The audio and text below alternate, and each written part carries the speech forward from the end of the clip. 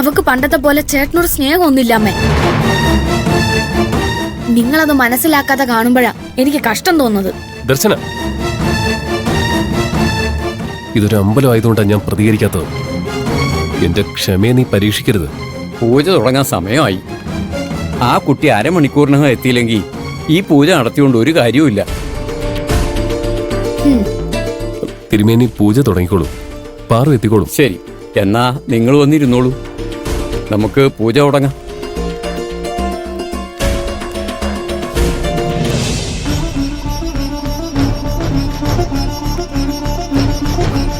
നീ എവിടെയാ പാറു?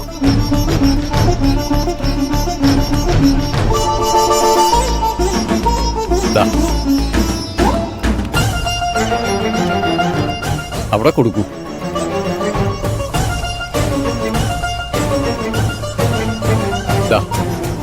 കൊടുക്കൂ.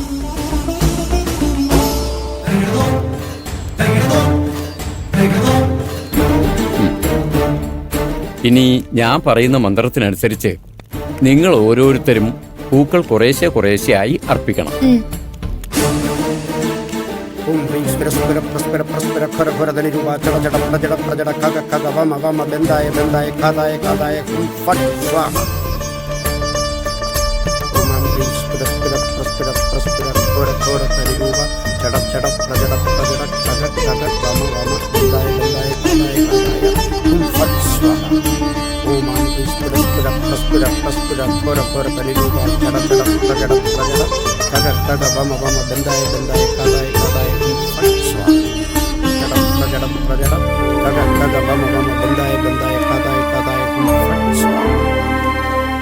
ആ കുട്ടി ഇപ്പോഴും വന്നില്ലല്ലോ. ഇനി 10 മിനിറ്റ് കൂടിയേ ബാക്കിയുള്ളൂ. അവള് വരാൻ പോകുന്നില്ല തിരുമേനി. പൂജ ചേട്ടന് വേണ്ടി നടത്തിക്കോളൂ. അത് ശരിയാവില്ല. ഈ പൂജ ഞാൻ നടത്താൻ തീരുമാനിച്ചത് തന്നെ അവക്ക് വേണ്ടിയാ. അവള് വന്നില്ലെങ്കിലും അവളുടെ പേരിൽ പൂജ നടത്തിയേ പറ്റൂ. ആ കുട്ടിക്ക് ഇങ്ങനെയുള്ള പൂജകളിൽ വിശ്വാസമില്ലെങ്കിൽ നിങ്ങൾ ഈ ചെയ്യുന്നതിൽ ഫലമുണ്ടാവില്ല. അയ്യോ തിരുമേനി, ആ കുട്ടി നല്ല ദൈവഭയമുള്ള കൂട്ടത്തില്. എന്നിട്ടാണോ ആ കുട്ടി വരാത്തത്? അവൾക്ക് വേണ്ടി തിരുമേനിക്ക് പൂജ നടത്തിക്കൂടെ? നിർബന്ധമാണെങ്കിൽ ഞാൻ ചെയ്യാം. പക്ഷെ ഒരിക്കലും അത് ആ കുട്ടി ചെയ്യുന്നതിന് പകരമാവില്ല. സാരമില്ല തിരുമേനി. ചിലപ്പോ അവൾ എന്തെങ്കിലും പ്രശ്നത്തിൽ പെട്ടുകൊണ്ടായിരിക്കും വരാത്തത്. ഒന്ന് സമ്മതിക്കൂ തിരുമേനി. ആ കുട്ടിയുടെ പേര് നക്ഷത്രമൊക്കെ ഇതിലുണ്ടല്ലോ. ഉവ്വ് തിരുമേനി. പാർവതി, മകം നക്ഷത്രം.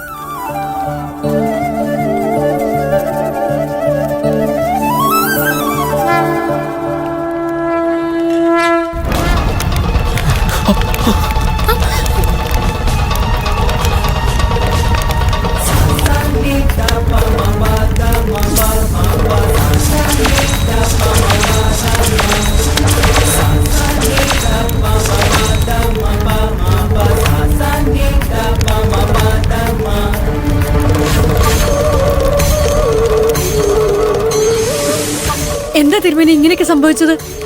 ഇത് എനിക്ക് സംഭവിച്ചൊരു കൈപ്പിഴവായി വേണമെങ്കിൽ നിങ്ങൾക്ക് കാണാം. വർഷങ്ങളായി പൂജ നടത്തി തഴക്കം വന്ന കയ്യായത്. ഇങ്ങനെ ഒരു പിഴവ് യാദൃശ്ചികമല്ല. ഞാനിതിനെ കാണുന്നത് ഒരു ദുർനിമിത്തമായിട്ടാണ്. എന്താ തിരുമേനി പറഞ്ഞു വരുന്നത്? പാർവതിയുടെ പേര് പറഞ്ഞ് പൂജ ചെയ്യാൻ തുടങ്ങിയപ്പോഴാണ് അനർത്ഥം ഉണ്ടായത്. അതിനർത്ഥം ആ കുട്ടിക്ക് വലിയൊരു ആപത്ത് സംഭവിക്കാൻ പോകുന്നുവെന്നാണ്. ദൈവം അതിനുള്ള സൂചന തന്നതായിട്ടാണ് ഞാനിതിനെ കാണുന്നത്. എത്രയും പെട്ടെന്ന് ആ കുട്ടിക്ക് ഫോൺ ചെയ്ത് ആ കുട്ടി എവിടെയാണെന്നും എങ്ങനെയാണെന്നും നിങ്ങളൊന്ന് അന്വേഷിക്കും. മോനെ, നീ അവളെ ഒന്ന് വേഗം വിളിച്ച കാര്യങ്ങൾ അന്വേഷിക്കും.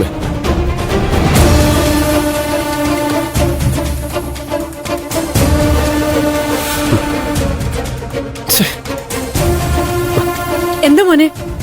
അവള് ഫോൺ എടുക്കുന്നില്ലമ്മേ. പാറു എന്താ ഇങ്ങനെയൊക്കെ കാണിക്കുന്നേ? ഇനി എന്ത് വേണം തിരുമേനി? ഇങ്ങനെയൊക്കെ സംഭവിക്കാനും ആ കുട്ടി വരാതിരിക്കാനും ഒക്കെ ഒരു കാരണം ഉണ്ടാവും. അത് ദൈവം നൽകുന്നൊരു മുന്നറിയിപ്പായി കരുതി ജാഗ്രത പുലർത്തുന്നതാ നിങ്ങൾക്ക് നല്ലത്. എന്തായാലും ഇനി ഈ പൂജ നടത്തിയിട്ട് കാര്യമില്ല. ആ കുട്ടിയെ ഇനി നിങ്ങൾ നേരിട്ട് കാണുകയാണെങ്കിൽ കൂടുതൽ ശ്രദ്ധിക്കാൻ പറയണം.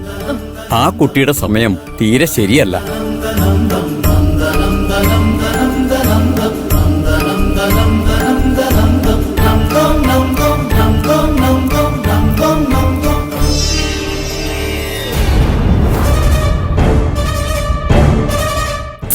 സൗന്ദര്യം കൊണ്ട് പറ്റുന്ന പണിയാണോ ഇത്? അവൾ രഘുവിനെ കുറിച്ച് എങ്ങനെ അന്വേഷിച്ച് കണ്ടുപിടിക്കാനാ? അവൾ ആത്മവിശ്വാസത്തോടെ ചെയ്യാന്ന് പറഞ്ഞതല്ലേ. അവൾക്കൊരു അവസരം കൊടുക്ക്. നമ്മുടെ മുന്നില് വേറെ വഴിയൊന്നും ഇല്ലല്ലോ.